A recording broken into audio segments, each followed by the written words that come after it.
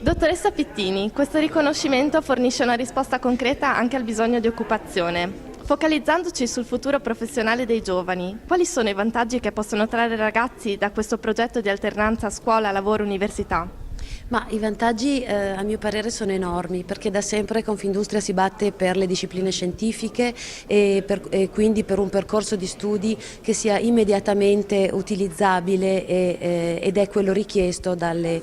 aziende, soprattutto anche nel nostro territorio dove abbiamo una grande richiesta di tecnici. Per cui io penso che sia un grande successo per tutto il territorio, non solo per Confindustria, per le grandi come per le piccole imprese, avere questo percorso di studio che è veramente un grande successo, visto che io ho seguito da anni tutto questo percorso, e devo dire che un grande applauso va fatto al preside, al rettore, ingegner De Toni, che già ai tempi, quando partecipò alla commissione ministeriale, si profuse molto per questo percorso. Io penso che sia una grande ricchezza per il territorio, a beneficio appunto di tutte le imprese.